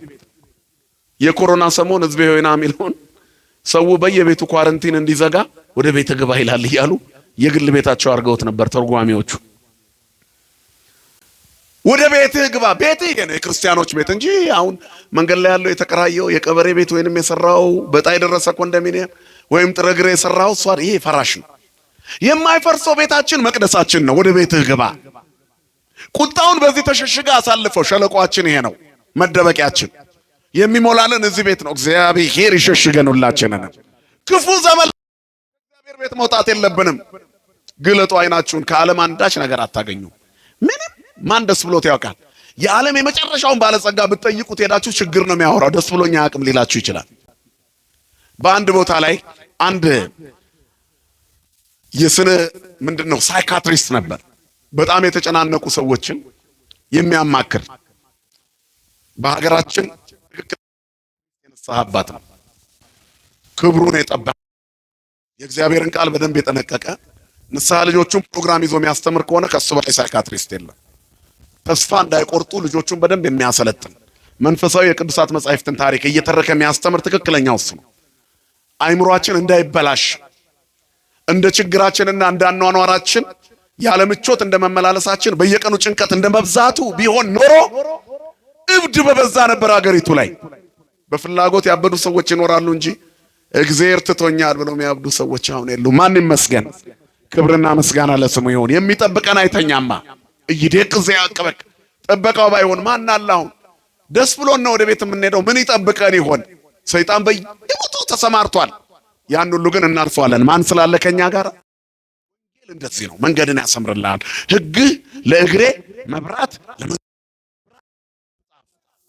ለዚህ እኮ ነው የምንኖረው። የትኛው ምቾት ነው እንድንኖር ያስናፈቀን? እግዚአብሔር ከኛ ጋር መኖሩ እንጂ አይደል? እግዚአብሔር ከኛ ማለት እግዚአብሔር ከኛ ጋር ባይሆን ኖሮ ጠላቶቻችን ሕያዋን ሳለን ያልዳረገን ማን ይመስገን አለ። ይትባረክ እግዚአብሔር ዘያግባን ውስተ መስገር ተማይገቱም ያሴሩት ሴራ ያዘጋጁት ወጥመድ የቆፈሩት ጉድጓድ ውስጥ አልወደቅሽም። መድኃኔዓለም አቅፏሻ። እሱ ከኛ ጋር ስላለ ምንም አንሆንም። እሱ ከኛ ጋር ካለ ማን ይቃወመናል? ማንም። ስለዚህ እግዚአብሔር ወይ ምራኝ በሉት። ምራኝ አቤቱ መንገድ እኔ አልችልም ብቻዬን። ሕግ ለእግሬ መብራት ነው፣ ወንጌልህ ያጽናናኝ። ባንተ የሚገኘው ሕይወት ዓለም ከምትሰጠው ብዙ ሀብት ይበልጣልና ከዓለም ወዳጅነት የእግዚአብሔር ፍቅር ይልቃል። ቸርነቱ ብዙ ነው። ሙሴ የእግዚአብሔር ተራራ ላይ ወጣ። ሲና ተራራ ጋር አወራ። 40 ቀን ቆየ። አንዲት ቁራጭ እንጀራ አንድ ሳህን ስንቅ ይዞ አልሄደም። ሲመለስ ሙሴ አልከሳም፣ አልተወለገም። ፊቱ እንደ ፀሐይ ያበራ ነበር። እግዚአብሔር ካለ የሚያስጨንቃችሁን ሁሉ በእርሱ ላይ ጣሉት። መድኃኔዓለም ከሁላችን ጋር ይሁን። በዶታይ ነብዩ ከእግዚአብሔር ጋር ሆኖ ነበር። ስለዚህ ተሻግሮ አየ። ይሄ ጾም ነገን የምናይበት መሆን አለበት። አሁን እየጾምን ያለነው ጾም ነገን የሚያሳየን ዲያብሎስ የደፈናቸውን ጉድጓዶች ዲያብሎስ የጋረደው መጋረጃ ቀዶም ያስወግድ፣ ምንጩን የደፈነብንን ምንጭ ነድሎ የሚያወጣ ጾም መሆን አለበት። ጸሎታችን፣ ስግደታችን የመረጠው አይነት ይሆናል ለሁላችን። ያን ጊዜ እግዚአብሔር ለሰው እንተርፋለን። ከኔ የሚጠጣ ምንድን ያለው እግዚአብሔር ለሌላው ይተርፋል። አፍላገማ የሕይወት ለይውዝም ከርሱ እኮ ነው። ለሳምራዊቷ ሴት ያላት ይሄንን ነው። አንቺ ውሃ ጠጪኝ ሲላት እሷ ስለ ዘረኝነት አወራች። የሚለምንሽን አላወቅሽም፣ የሚለምንሽን ብታቂው ትለምኚው ነበር። ከዚህ የሚጠጡ ሁሉ ይሞታሉ፣ እኔ ከምሰጠው የሚጠጣ ግን የሕይወት ውሃ ምንጭ ከሆዱ ይፈልቃል። ከእግዚአብሔር ስትጠጪ ከሆድሽ ይፈልቅ፣ ለሌላው ትተርፊያለሽ። መንገድ የጠፋባቸውን ታሳያለህ። በምስኪን ጉሮሮ በደግነት ታስቀምጣለህ። በመስጠትህ እንደማትከስር ይገባሃል። መስጠት ከማግኘት እንደሆነ እንረዳለን። ጭካኔ ይወገዳል፣ ፍቅር ይሰርጻል በውስጣችን። ፍቅር ክርስቶስ እኛ ውስጥ ከገባ በቃ ሰይጣን ቦታ አይኖረውም። ወኢታቡ ወፍኖተ ለሰይጣን ለዲያብሎስ እድል ፈንታ አትስጡት፣ ለክፉ ነገር ቦታ አትስጡት። በበጎ ነገር የተሞላችሁ ሁኑ። ዓለም በክፉ ነገር የተሞላች ናት። ይህንን ዓለም ተዋት። ሐዋርያው እንዳለው ከዓለም ምንም አልፈልግም፣ እግዚአብሔር ይበቃኛል። ማን ይበቃናል? እግዚአብሔር ስሙ የተመሰገነ ይሁን። እሱ የቤታችን ጉልላት ይሁን፣ ራስ ይሁን እግዚአብሔር። አባወራው እሱ ይሁን። የሙሉ ቤተሰብ መሪ ማን ይሁን? የመንገዳችን መሪ ማን ይሁን? በስራችን ውስጥ ከኛ ጋር ማን ይሁን? በትግላችን ውስጥ ማን ይሁን ከኛ ጋር? ፈተናው ቢበዛ ማን ይሁን ከኛ ጋር? በቃ ከዮናስ ጋር በአሳ ሆድ ውስጥ የሆነ ከዮሴፍ ጋር ተሰዶ የታሰረ ከሰለስቱ ደቂቅ ጋር እሳት ውስጥ የገባ በሁሉ መንገድ ውስጥ ከዳንኤል ጋር የአናብስት ጉድጓድ ውስጥ የተጣለ እግዚአብሔር ብንታመም አብሮን ይተኛል። ዮሐንስ አፈወርቅ ምንድነው ያለው? እግዚአብሔርን የት አገኘዋለሁ ብለህ አታስብ፣ ከተራበው ጋር ታገኘዋለህ። የተራበውን ስታበላ እሱ እዛ አለ። ጠያቂ ያጣውን በሽተኛ ሆስፒታል ተኝቶ ሄደ ስትጠይቀው እሱን እዛ ተኝቶ ታገኘዋለህ። በድሃው ላይ ታገኘዋለህ። ሰው ባጣው ላይ ሰው ሆኖ ታገኘዋለህ። ለዛ ሰው ስታደርግ ለሱ አደረክ ማለት ነው። ለነዚህ ከታናናሾቼ መካከል ለአንዱ የምታደርጉት ለኔ እንዳደረጋችሁት ነው። ምን ማለት ነው? የተራበውን ስታበሉት እኔን አበላችሁኝ፣ የተጠማውን ስታጠጡት እኔን አጠጣችሁኝ፣ ስትገፉትስ እኔን ገፋችሁኝ። የምዕመናን ስደቱ መከራቸው መከራ የሆነ ክርስቶስ አይደል? ሳውል በኋላ ስሙ ቅዱስ ጳውሎስ አሳዳጅ እያለ ሲያሳድድ ጌታ ምንድነው ያለው? መጥቶ ሳውል ሳውል ስለምን የት አግኝቶ ታሳደውታል? አላገኘውም አይደል? አየህ፣ አንተ ምስኪኑን ስታሳደድ እግዚአብሔር ሚል ይሄንን ነው። ፍርድ ቤት ክላሰር ይዘሽ ስትሄጂ ጭቁኑን ምስኪኑን ሰው ትንሽ አለኝ ዘመድ አለኝ ብለሽ ለመግፋት ስትሄጂ በተንኮል ስታሚ እኔና ያማሽ ለምን ታሳድጅኛለሽ ይልሻል ክርስቶስ። የላዩን አስቡ፣ አይኖቻችሁን ግለጡ። እግዚአብሔር አይኖቻችንን ይግለጥልን። ስለዚህ ዲያብሎስ ማድባቱ አይቀርም፣ ግን ጠባቂያችን ማን ነው? እይደቅ ዘያቅበክ የሚጠብቅህ አይተኛም።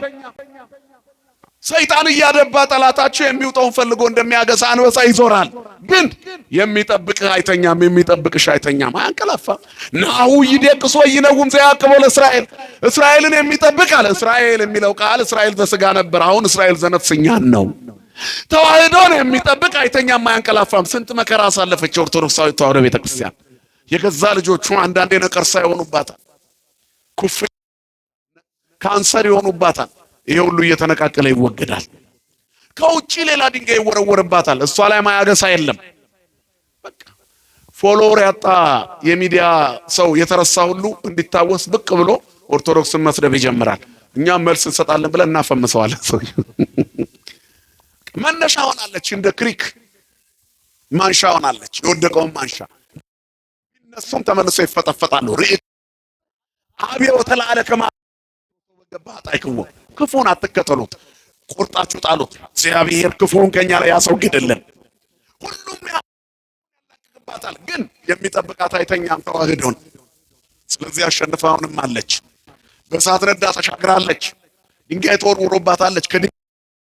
ከሰይፍ የሚበልጥ ቃላት አሁንም እየተወረወሩባት፣ እሷ ግን አለች።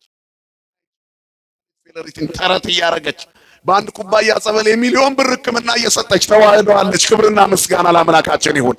ሁሉን ማድረግ የሚችል አምላክ ከእሷ ጋር አለ። ማን ይመስገን? እግዚአብሔር ይመስገን። ለጥርሳቸው ንክሻ ያልሰጠን እግዚአብሔር ይመስገን። ያይናል እግዚአብሔር ከላይ ሆኖ። አሁን በኤልሳ ውስጥ እግዚአብሔር ያይ ነበር። ስለዚህ ንጉሱን ጠላት አድብቷል። የማንቂያው ደወል ይሄ ነው። ወንጌል የተዘጋጀው አሁን እዚህ የሐሙሱ ወንጌል ሳምንታዊው ጠላት ስላደባ መከላከል ነው። ክርስቲያኖች አጥቂ አይደሉም፣ ተከላካይ ናቸው። ሃይማኖታቸውን ይከላከላሉ፣ ሰውነታቸውን ከኃጢአት ይከላከላሉ አይደል? ከክፋት ራሳቸውን ይከላከላሉ፣ ከዝሙት ራሳቸውን ይከላከላሉ፣ ከጥንቆላ ራሳቸውን ይከላከላሉ፣ ከሟርት ከሐሜት ራሳቸውን ይከላከላሉ፣ ከስካርና ከዘፈን ከጠንቆልና ከክፋት ሰውነታቸውን ይከላከላሉ። በምን? በጾም፣ በጸሎት፣ በስግደት፣ በምጽዋት፣ በትሩፋት፣ በመንፈሳዊ ውህደት ራሳቸውን ለእግዚአብሔር ይገዛሉ። ከኃይለኛው ከእግዚአብሔር እጅ በታች ራሳቸውን ጾሙ፣ ጸልዩ፣ የሥጋ ዘመናችሁ ይበቃል። አከለክሙ መዋዕል ዘሐለፈ ዘተቀናይክሙ ለፍትወተ ሥጋክሙ ዘተቀናይክሙ ለፍትወተ ሥጋክሙ እምይእዜሰ ጾሙ ወጸልዩ ይላል። ያለፈው ዘመን ይበቃቸዋል። በቃ ብዙ ለመኖር ሞከር፣ ግን ሞልቶልን ያውቃል። ይሄ ዓለም የዚህ ዓለም ኑሮ የባህር ውሃ ነው፣ ጨው የበዛበት። በተጠጣ ቁጥር ይጠማል። እንድንኖርባት ትናፍቃለች፣ ግን አንድም ቀን አስደስታን አታውቅም። ደስታችንን ሙሉ የሚያደርገው ሕይወታችንን ሙሉ የሚያደርገው ማን ብቻ ነው? በቃ አይኖቻችንን ይግለጥልን መድኃኔዓለም። አሁን በዚህ ጊዜ እያየ አንዴም አይደለም ሁለቴ፣ ሶስት ጊዜም ከዚያም በላይ ንጉሱን ከሞት አተረፈው። አሁን የሶርያው ንጉስ ተበሳጨ፣ ሰበሰበ መኳንንቶቹን። ከኛ መሃል ለእስራኤል ንጉስ ወሬም ያቀብላል። ብዙ ጊዜ አደባን፣ ጭራሽ እሱ ራሱን ሸፈ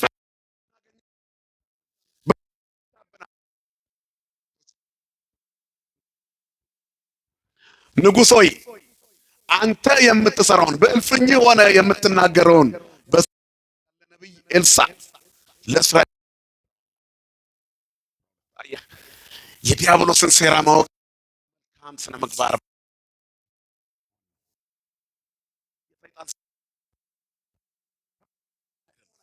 ብዙ እኮ ተንኮል የሰራብህ ጠላት አለ። ጓደኛክ እግዚአብሔር አያሳየህም። ለምን መሰለህ? ታደርግበታለህ።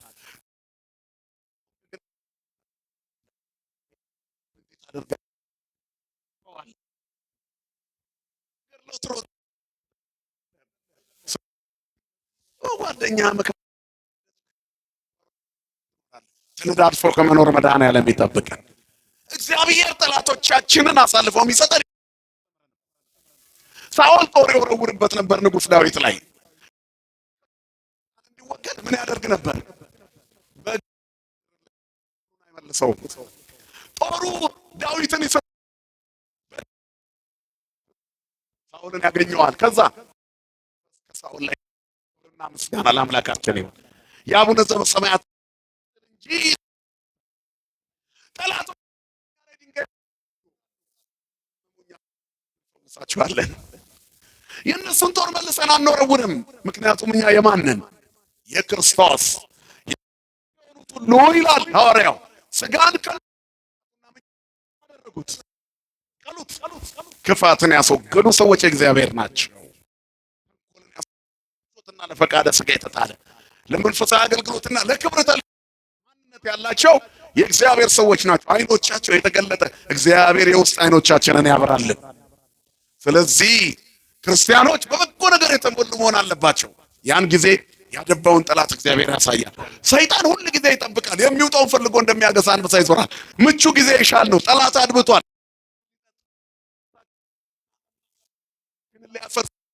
ስናችንን ሊያናጋ፣ ማይተባችንን ሊበጥስ፣ በስጋዊ ፍላጎቶች ጾማችንን ሊያስፈርስ እና በክፋት የያዝነውን ሱባኤ ሊያበላሽብን ሰይጣን አድብቷል።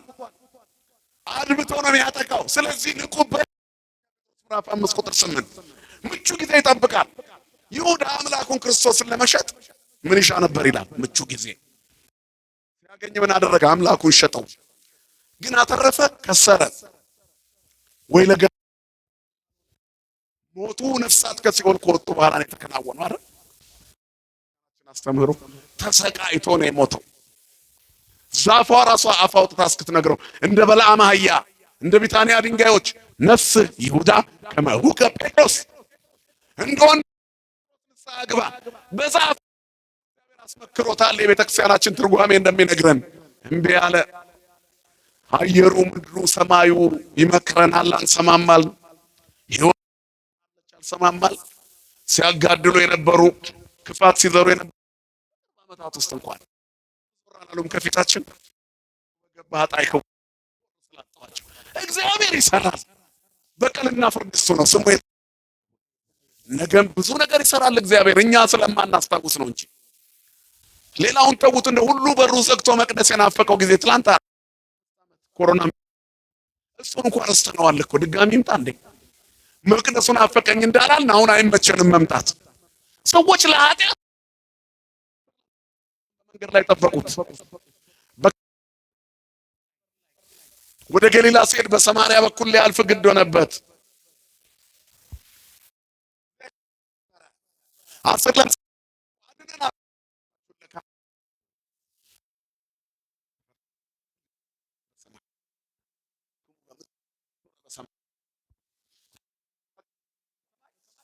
በምድር የፈታችሁት በሰማይ ለካህኑ ንስሐ ለመግባት ያብቃኑላት። ስለዚህ እሺ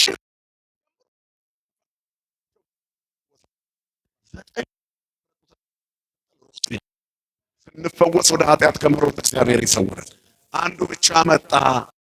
እግዚአብሔር ያልሰጠን ብዙ የጎደሉን ነገር አለ። ለምን ይመስላችኋል? ስናገኝ እንዳንረሳው የራሱ ሊያደርግ ልጅ የሚጎዳ ነገር ወደ አፌ ልክተት ቢል እናቱ እንዲያበዛ አትፈቅድለትም። አፋቱ እንዳያልቅባት ሰስታ አይደለም፣ ልጇ እንዳይሞትባት ወዳ። እግዚአብሔር ደግሞ ከእናት በላይ ከአባት በላይ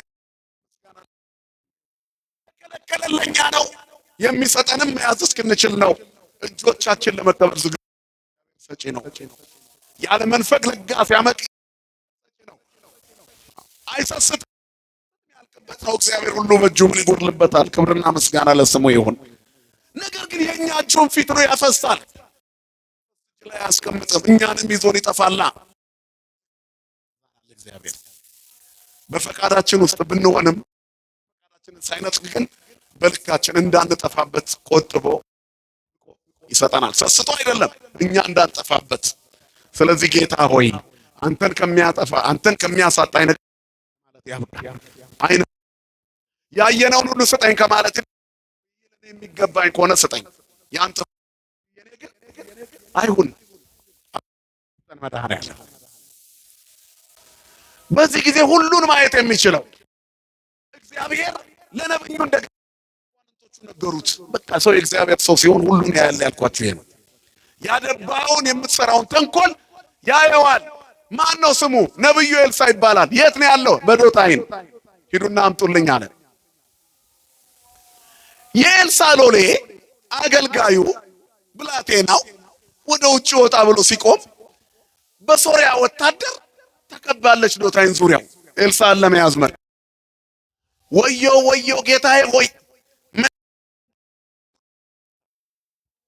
ምን ይሻለናል? ያጠፉን መጥተዋል። እነዚህ ሁሉ እኛን ለመያዝ የመጡ ናቸው። ምን ይሻለናል ብሎ ኤልሳ ሎሌ ጮኸ። እስመ ይበዝሕ ምስሌነ እምኔሆሙ አትፍራ፣ በእኛ ዘንድ ያሉ እነሱ ዘንድ ካሉት ይበልጣሉና አትፍራ። እስመ ይበዙ እላለው ምስሌነ እምኔሆሙ ከነሱ ይልቅ በእኛ ዘንድ ያሉት ይበዛሉ።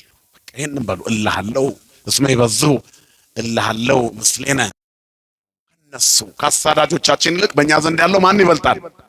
ከችግሮቻችን ይልቅ መፍትሄ የሆነው ማን ይበልጣል?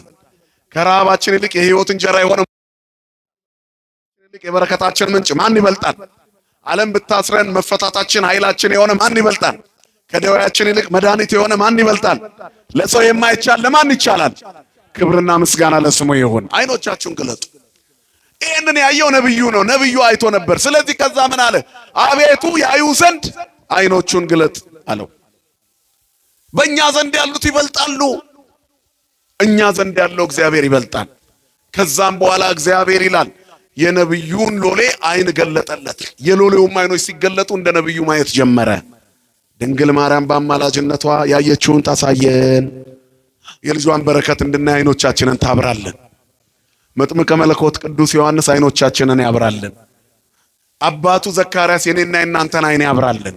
ምክንያቱም እሱ ገብርኤልን አይቷልና ያየውን እንድናይ አይኖቻችን ይብራለን። እኔ በእግዚአብሔር ፊት የምቆመው ነው ያለውን መልአክ የምናይበት አይኖቻችን ይገለጥልን። መላእክቱ የእሳት ሰረገላዎች ሸራሮን ሞልተው ነበር። ከነዛ ከሶሪያ ወታደሮች ይልቅ እጥፍ ድርብ የእሳት ሰረገሎችና ፈረሰኞች ምድሪቷን ሞልተዋል። ሰማያውያን ሰራዊት የእግዚአብሔር መላእክት በዙሪያው ቆመው ነበር። ማን ይመስገን? ክብርና ምስጋና ለአምላካችን ይሁን። እግዚአብሔር ይበልጣል። የምትወጣው በአንተ ኃይል አይደለም። ጠባቂ እግዚአብሔር ከአንተ ጋር ስለሆነ ነው።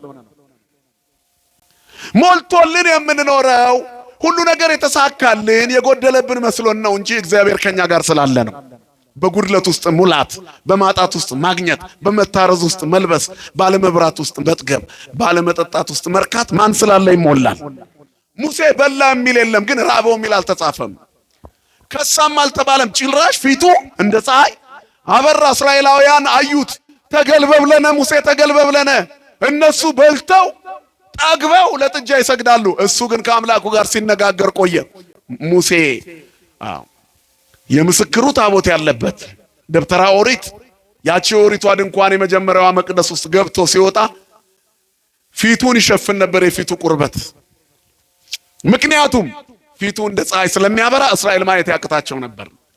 አያችሁ፣ የሙሴን ፊት ማየት አቃታቸው። ማን ነው የቅዱስ ገብርኤልን ፊት ማየት የሚችለው? በእግዚአብሔር ፊት የሚቆመው ነው። አነ ውእቱ ገብርኤል ዘእቀውም ቅድመ እግዚአብሔር።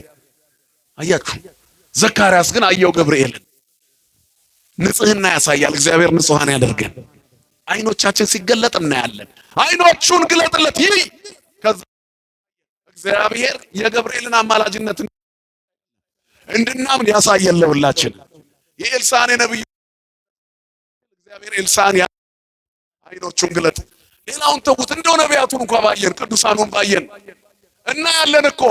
አባታችን አባ ሕርያቆስ እኛ አየነው ከእርሱ ጋር በላን ጠጣን አለ ከክርስቶስ ጋር። እሱ በዘመነ ሊቃውንት የነበረ ለምን ይህንን አለ? በእምነት አይን እግዚአብሔር ይታያል። በአይነ ልብ ልባችሁ በጸጋ ቢጸና እግዚአብሔርን ታዩታላችሁ። እግዚአብሔርን ያዩት እነ ኢሳይያስ ወዮልን ብለዋል። ሳይሞላላቸው እነ ጴጥሮስ ሂድ ከኔ ራቅ እኔ ኃጢአተኛ ነኝ ብለዋል አይደል? ወሁርምኔ እስመ ብእሲ ኃጥአነ እኔ ኃጢአተኛ ነኝ ከኔ ራቅ ብለውታል። ሳይፈልጉት ቀርተዋል። የሆዴን ክፋት አይቶ እንዳያጠፋኝ ብሎ ፈርተው ነው እኮ። በምን አቅማችን እናየዋለን? ቸርነቱን ለኛ ይግለጥልን መድኃኔዓለም።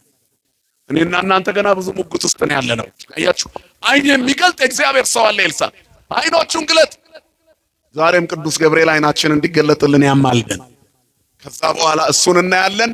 እሱን የላከውን ማንን እናያለን? እግዚአብሔርን በቸርነቱ እናየዋለን፣ በረድኤቱ እናየዋለን፣ በበረከት እናየዋለን። አሁንም እኮ እያየነው ነው። በልጅሽ አላየሽው? ወልደሽ ስትስሚ ታየዋለሽ። በትዳርህ አላየኸው? በትንሽ በረከት ውስጥ ጠግበ በማደር ደስ ብሎ በማደር አላየኸው? አልመሰከርክም እንጂ አይተህ። መኖራችን ተአምር እኮ ነው። ዓለም እንድንኖር አይፈቅድም።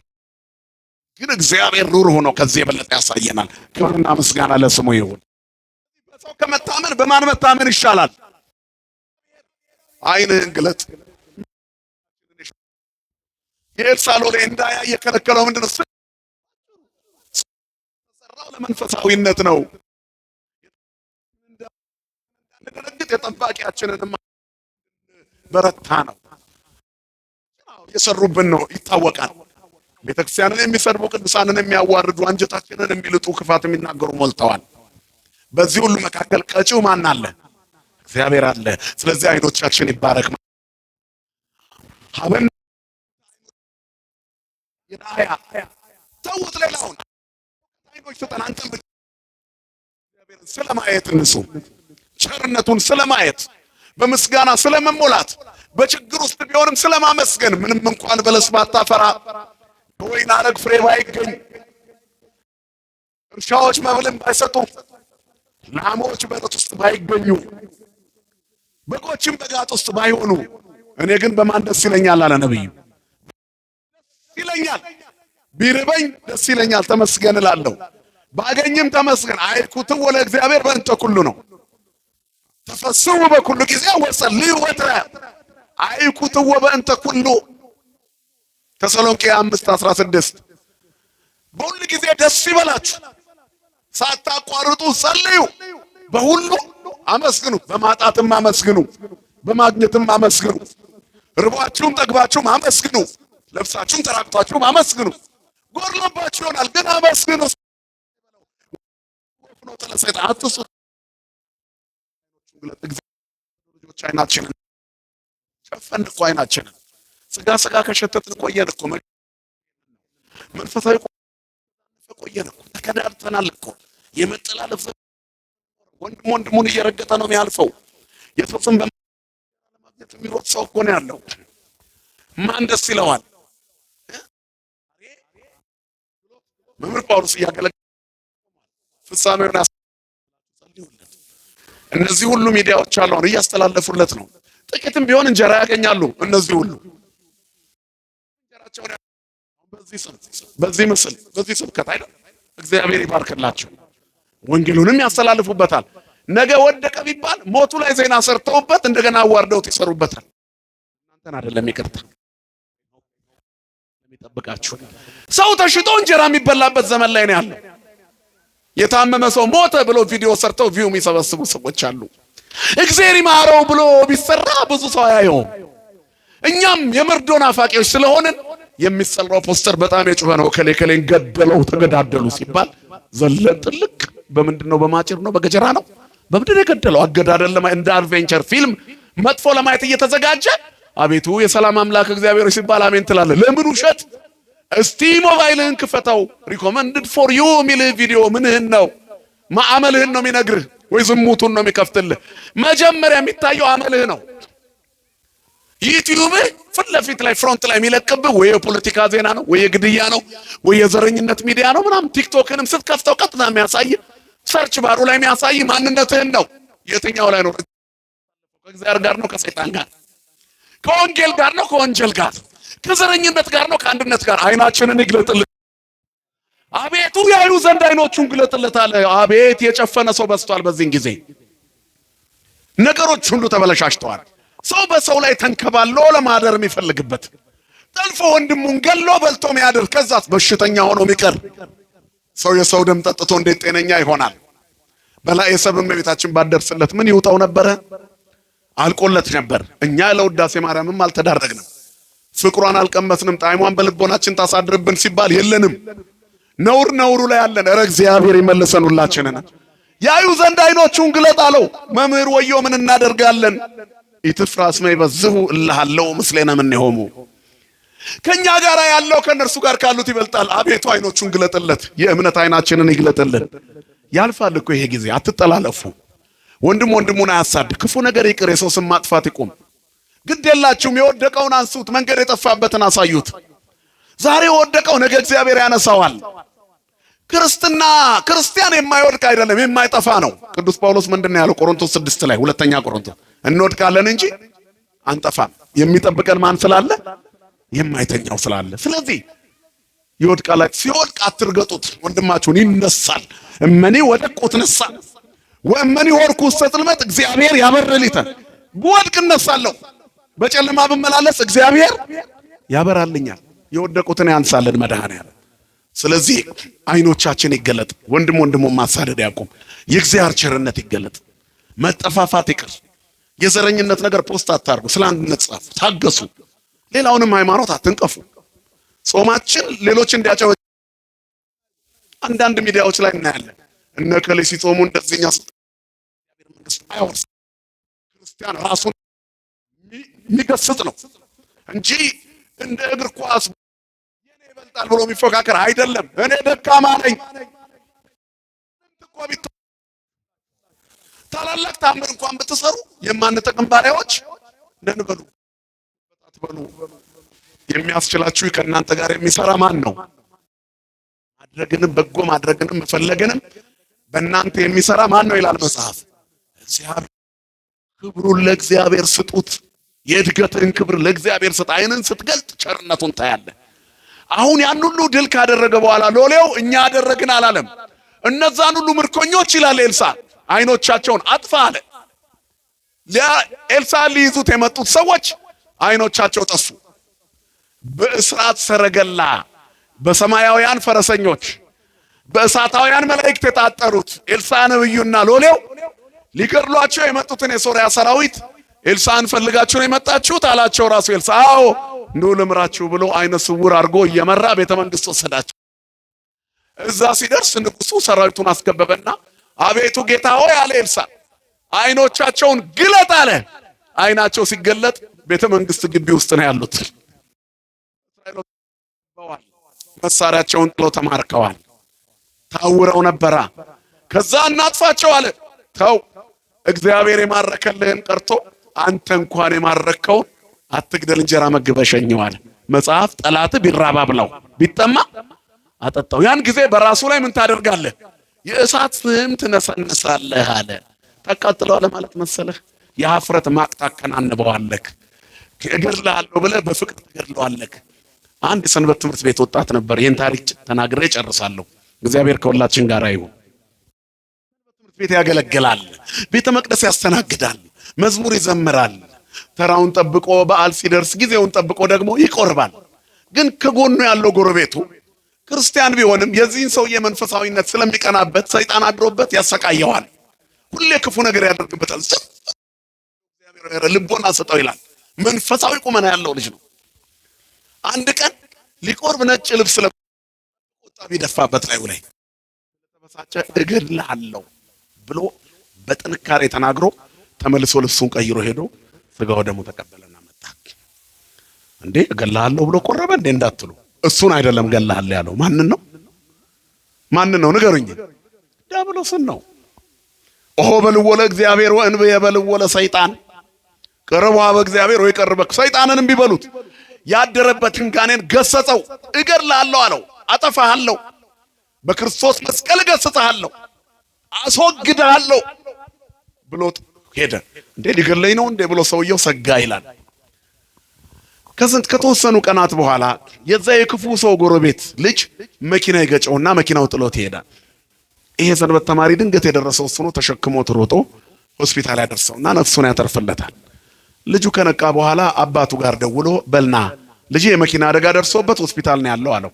ማን እንደደወለለት አላወቀም። ሰውየው እየሮጠ ሲደርስ ይህንን ሰውዬ ያገኘዋል። እንደዛትከው አደረግከው፣ ልጄን ገደልከው ብሎ ለያዥ ለቀናዥ አስቸገረ። ግድ የለም ግባና ልጅህን ይኸው አለው።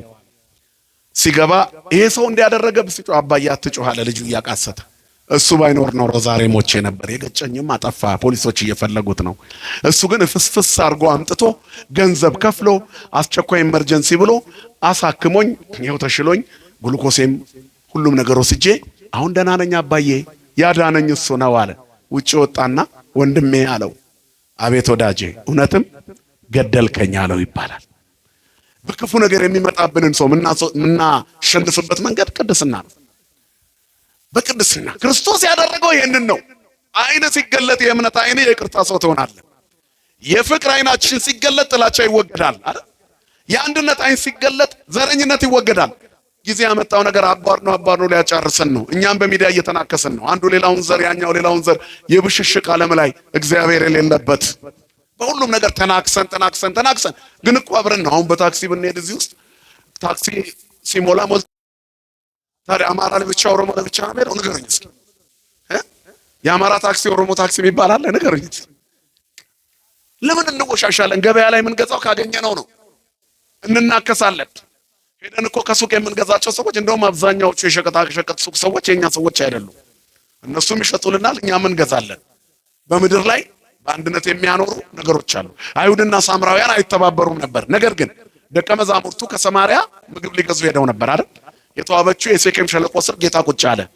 ምግብ ይገዙ ነበር። አንደኛቸው ከሌላቸው ይገበያያሉ። ነገር ግን በእምነት አንድ አይደሉም። የታሪክ አጋጣሚ ለይቷቸው ነበር። ኋላ ክርስቶስ መጥቶ አሕዛብና ሕዝብን አንድ አደረገ። ስሙ የተመሰገነ ይሁን። የፀሐይ ወደ ምድር ላይ መውጣት የቆሻሻውን ሽታ አይገልጠውም፣ ያጠፋዋል እንጂ አይደለም እንዴ? ከአሕዛብ ላይ አሕዛባዊነቱን ፀሐይ ክርስቶስ ተገለጠና አስወገደ። አሁንም ክርስቶስ በጠላትሽ ላይ ተገልጦ አጋንንት ርኩሰትን ከላዩ ላይ ነቅሎ ያስወግድልሽ። ከዛም በኋላ ወንድምሽ ይሆናል። ስለዚህ የይቅርታ አይናችን ይገለጥ። አቤቱ ያይ ዘንድ አይናቸውን ግለጥ። አሸነፍን ብለን ከመፎከር እግዚአብሔር ይጠብቀን። በፍቅር ተሸንፈን ሌሎችን የምናሸንፍበትን ማይተብ እግዚአብሔር ይስጠን። ከዚህ በኋላ ያለው የእስራኤል ታሪክ ያምር ነበር። ለምን? በይቅርታ ስለተጓዙ። ከዛ ጊዜ ጀምሮ ይላል እስራኤላውያንን ለመውጋት ሶሪያ አልመጣችም፣ በፍቅር ስለተሸነፈች። እንዲህ ብሎ ያጠናቅቃል ሁለተኛ ነገሥት ምዕራፍ 6 መጨረሻ። ከዛ በኋላ የሶሪያ ንጉሥ ደፈጣ ቆመ። ለምን? ስለተሸነፈ። የሚያሳድድህን ወንድምህን በጎ ነገር ካደረክለት ታሸንፈዋለህ። እሱ እንዲህ ያደረገልኝ ህሊና የሚባል ነገር አለ። አሕዛብም ቢሆን የአማኒም ቢሆን እኛ ጥሩ ከሆንን ምድሪቷን ጥሩ እናደርጋለን። እኛ ደግሞ የክርስቶስ አይደለን እንዴ? ከክርስቶስ የተነሳ በጎች እንሆን። የተበላሸ ታሪካችን የሚታደስበት፣ የተዛነፈ ባህሪያችን የሚቀናበት፣ ክፉ ጠባያችን የሚታረምበት ጾም ያደርግልን። በቅድስና አምላክ የቅድስና ባለቤት በዚች ቅድስት የተቀደሰች ጾመ ኢየሱስ በጀመርንባት በሁለተኛዋ የአብይ ጾም በመጀመሪያዋ የጌታ ጾም ሁላችንም በቅድስና እንድንጓዝ እግዚአብሔር ይርዳን። እስከ መጨረሻው ትንሣኤ በሰላም ያደርሰን። ጉባኤያችንን ጉባኤ ሐዋርያት ያደርግልን። ፍጻሜያችንን ያሳምርልን። አገራችን ሰማይን እናታችን ድንግል ማርያምን የምንናፍቅ እኛ ኦርቶዶክሳውያን ክርስቲያኖች እዚህ እንደተሰበሰብን በኢየሩሳሌም ሰማያዊት ተሰብስበን ለመዘመር እንድንበቃ የአብ ጸጋ የወልድ ፍቅር የመንፈስ ቅዱስ ኅብረት የድንግል ማርያም ጸሎትና ምልጃ የቅዱሳን መላእክት ጥበቃ አይለየን። ይቆየን። ስብሐት ለእግዚአብሔር።